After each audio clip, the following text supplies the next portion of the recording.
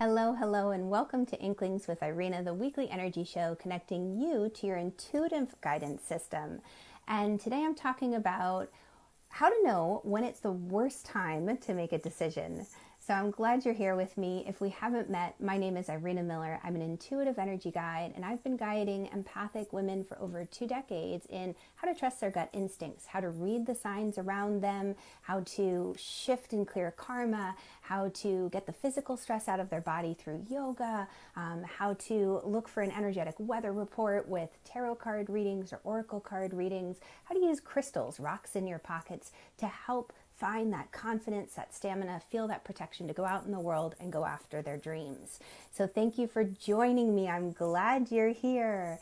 As you pop on, let me know if you've ever had a decision that you've regretted, a decision that you've made. I think we've all been there at one point or another.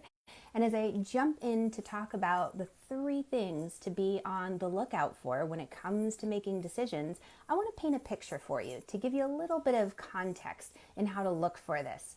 And as I paint this picture, I want you to imagine a beautiful, young, vibrant woman. She's just finishing up her collegiate years and she's looking forward to jumping into her career. This is a type of woman who is independent, strong-willed, very much an empath and a feeler, definitely chooses love above and over everything else, but she also follows the rules. She has a tendency to dot all her I's, cross all the T's, and try to learn from other people's mistakes.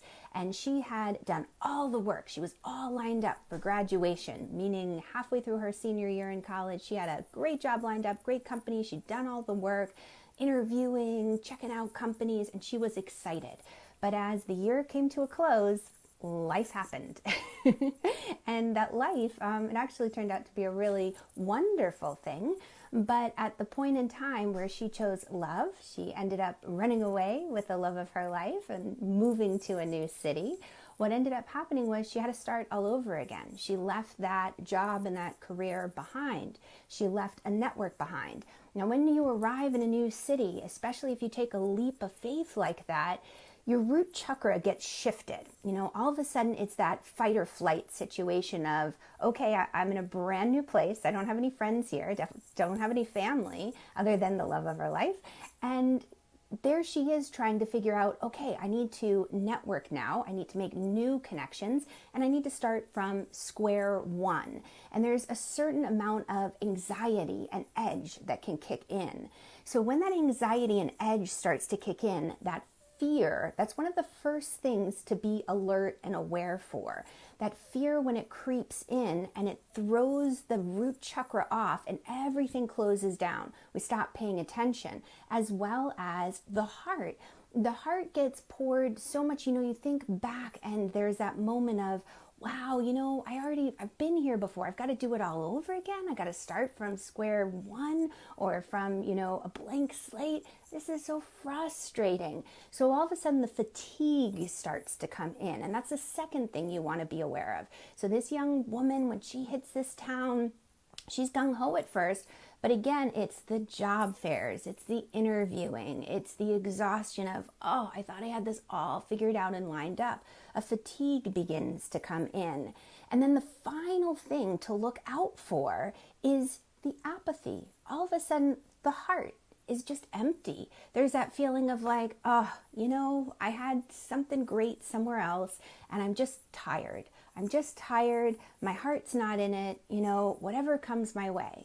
And what ends up happening at that point, when the fear kicks in, when the fatigue takes over, when the apathy, when your heart is just drained and you just don't have that inspiration in you any longer, that is the point. That is the point where people just make decisions that they ultimately regret.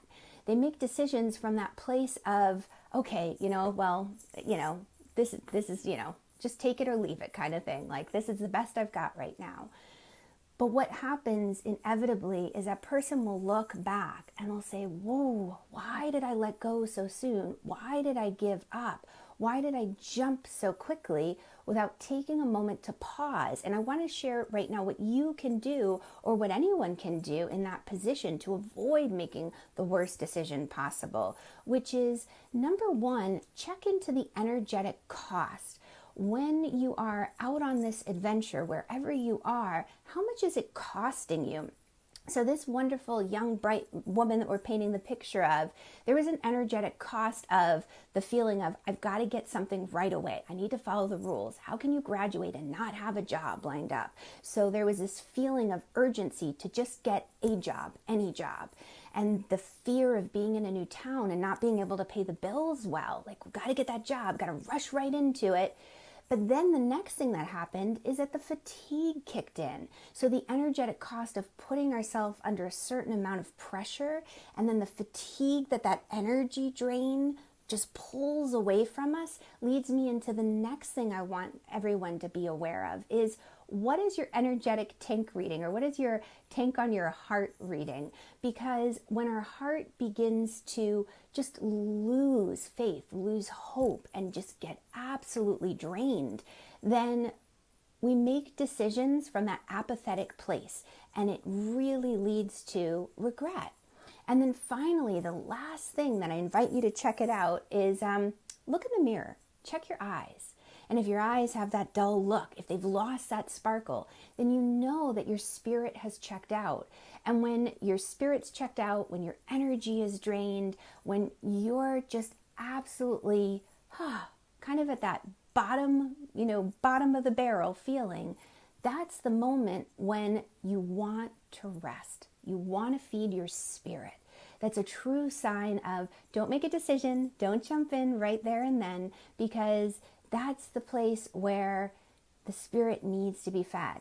Once we've had that time to rest, once we've fed our spirit and we go back to the decision-making process, all of a sudden a whole new world of possibilities opens up. That fear and urgency that young woman was feeling, she didn't have to feel that.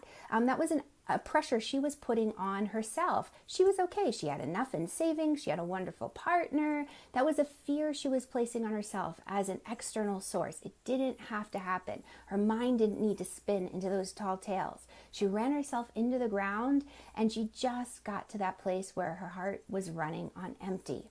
So feeding your spirit can be done in many different ways. This is what I love sharing with my clients and my students. And it really is a personal experience. And I talk about all sorts of ways you can create energy medicine bags, ways that you can ground in earth and come back to yourself, find your signature song and your essence. And what happens is, it's like we plump back up, like a raisin that's been dried up, or a date, and you let it soak in the water and just soak it all up. There are ways that we can fill ourselves with inspiration so that moving forward, when you make a decision, when it's decision time, if you're in that place of fear, fatigue, or apathy, the FFA, pause, give yourself time to rest, feed your spirit, and run everything through that filter of those three questions and they are, what is the energetic cost of the decision you're making? Are you making it from a place where you're putting an external urgency on yourself that doesn't have to really be there? How much is this draining you? What is your heart tank reading at? And then finally, check your eyes for that sparkle. Make sure your spirit hasn't checked out, because when we make decisions just with the head, especially out of fear, that's when we always look back and regret it. So if you are ready to learn some of these techniques and ways of feeding your spirit, come play with me, come hang out with me. Click the link above, and I look forward to sharing these sacred practices with you, both modern and ancient. It's a true joy of mine. All right, thank you so much for joining me, and I'll catch you all on the flip side. Mwah! Bye, guys. Lots of love.